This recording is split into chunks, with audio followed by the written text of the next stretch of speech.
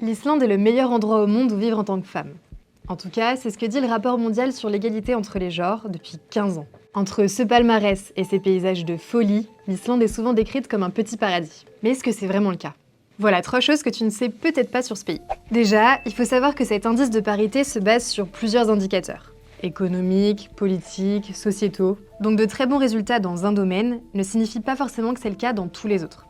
Mais on peut dire que l'Islande a été précurseur sur pas mal de points. En 2018, le pays a été le premier européen à instaurer une définition du viol basée sur le consentement, et le premier au monde à rendre obligatoire l'égalité salariale dans ses entreprises. Sauf que l'Islande est aussi en tête de liste d'un classement beaucoup moins glorieux, celui du taux de violence faite aux femmes.